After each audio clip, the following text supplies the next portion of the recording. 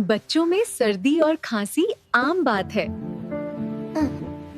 लेकिन अगर बुखार 101 डिग्री से ज्यादा हो या 3 दिन से ज्यादा रहे, अगर सांस लेने में तकलीफ हो या सीने से आवाज आए, अगर खांसी 5 से 7 दिन से ज्यादा चल रही हो,